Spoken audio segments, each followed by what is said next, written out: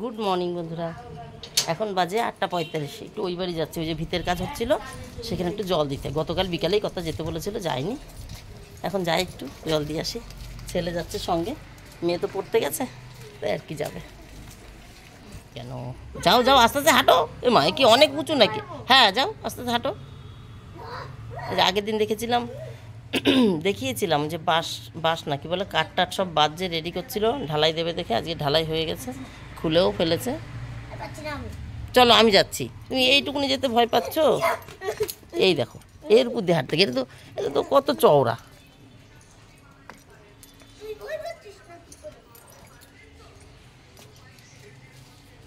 এখানটাকে ট্যাঙ্কি ছিল, ট্যাঙ্কিটা যখন ওই বোরিং ছিল না তখন, এখন তো বোরিং করে নিয়েছে, ডাইরেক্ট জল উপরে ট্যাঙ্কিতে যাবে।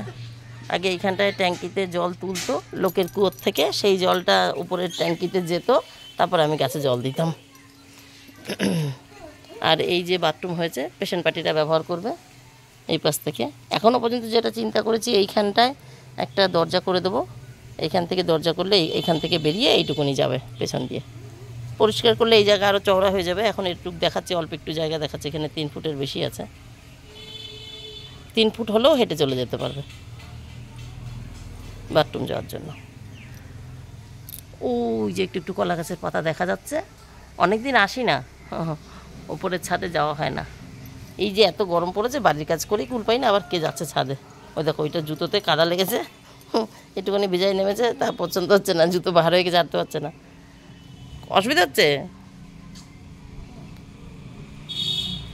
চলো, জল দিতে এসেছিলাম তো দেখছি মাটি ভেজা। কত সকালবেলা এসেছিলো, নিশ্চয়ই জল দিয়ে গেছে। আবার আমাকে বলেছে সকালবেলা যাবি। জল দিতে এসেছিলাম, কিন্তু কি জল দেবো, দেখছি তো মাটি ভেজা। কত সকালবেলা ব্রাশ করতে করতে নিশ্চয়ই এসেছিলো, আবার আমাকে বলেছে জল দিয়ে আসবি। তাহলে শুধু শুধু আমি এসেছি না, আমার এখন গঙ্গার জল আসবে না? এখন গঙ্গার জল আসবে। আমি ওইদিকে কত্তার গামলাটা ধুয়ে পেতে রেখে এসেছি, ওটা না একা একা ভরবে। আর আর বাদ বাকি আমরা চান করবো সেই সব জল। বাবা চলো যাই।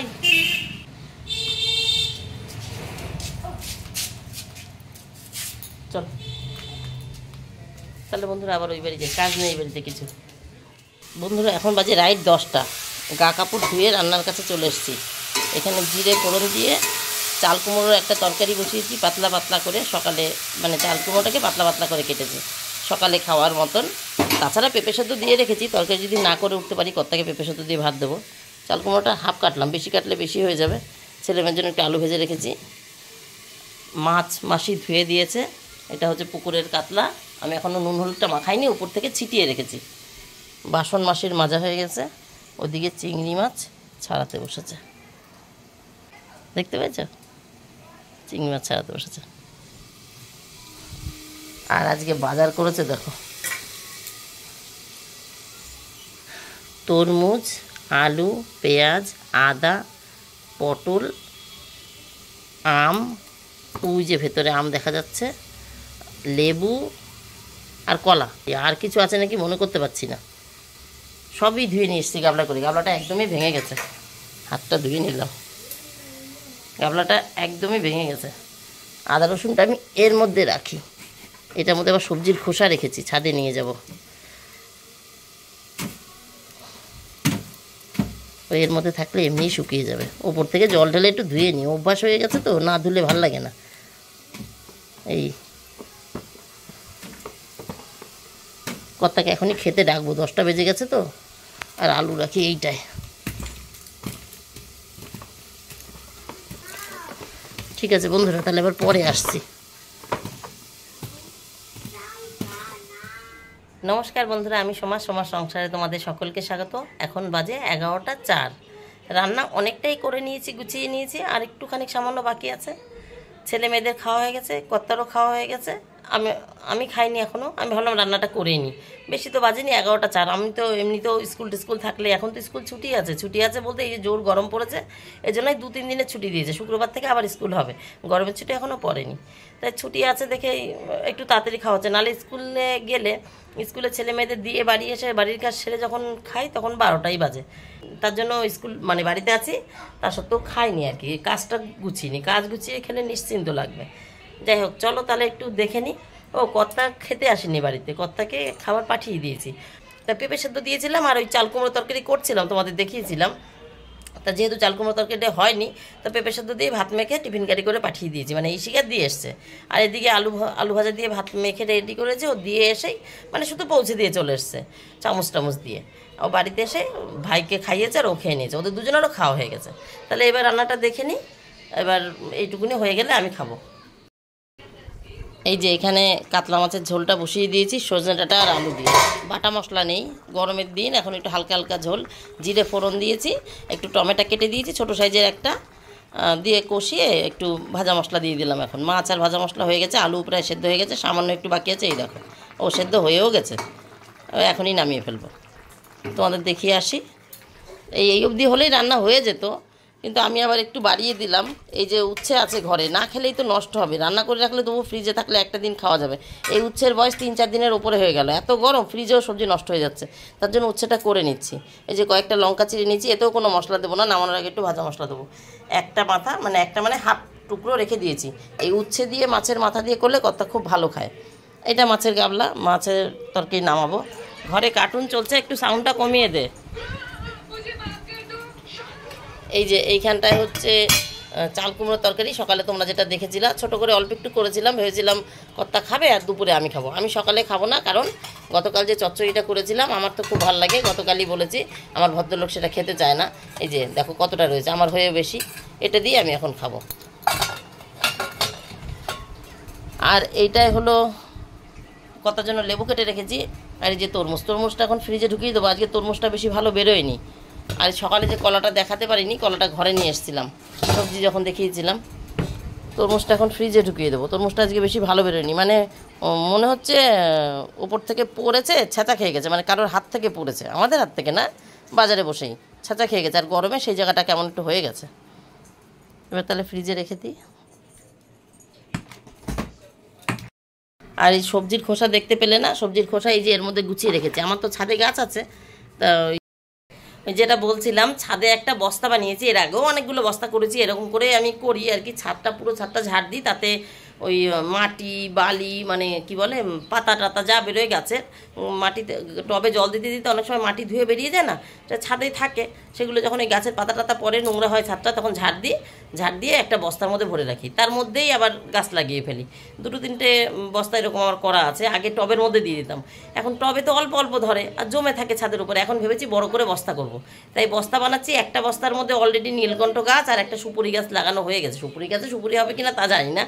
আমাদের পেছন দিকে একটা সুপুরি গাছ আছে, ছাদের থেকে দেখা যায়। ওই সুপুরি গাছের সুপুরি আমি ছোট্ট একটা অল্প মাটি মানে ছোট্ট একটা টবের মধ্যে সুপুরি লাগিয়েছিলাম, সেটা থেকে গাছ বেরিয়েছে।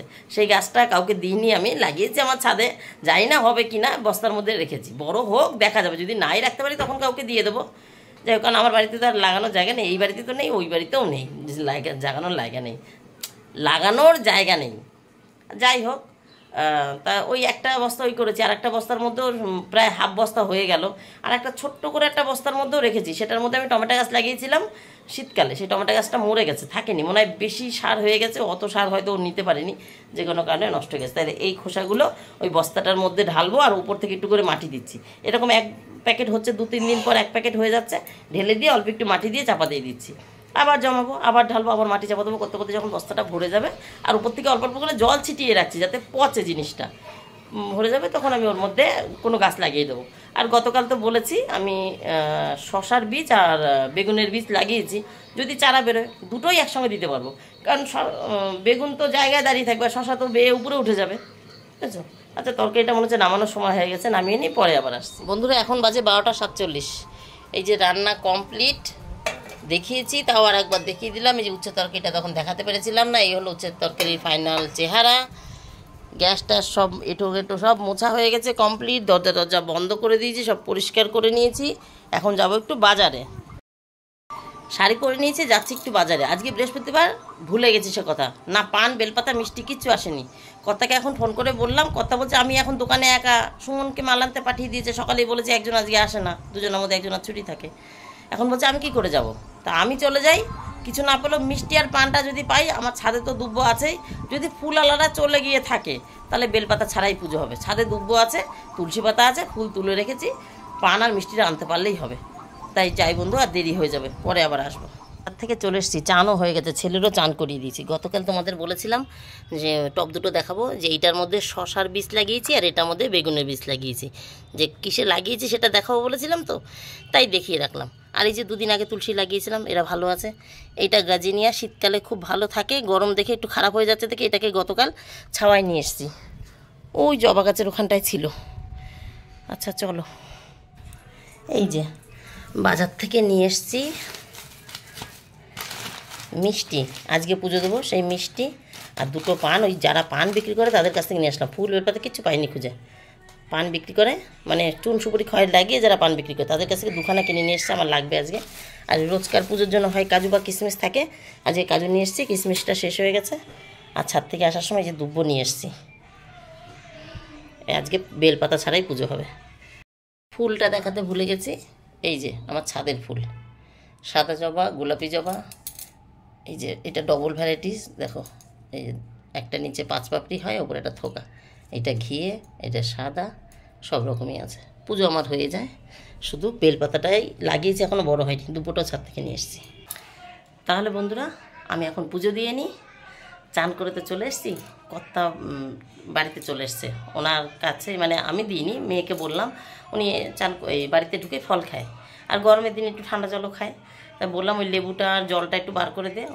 উনি নিচে বসে বসে খাচ্ছেন ফ্যান চালিয়ে, মানে যেখানে আমি রান্না করি ওই বারান্দার হাওয়াটা খুব ঠান্ডা, রান্না তো হয়ে গেছে, এখন তো ফ্যান অফ মানে গ্যাস অফ, তাই ফ্যান চালিয়ে উনি বসে খাচ্ছেন।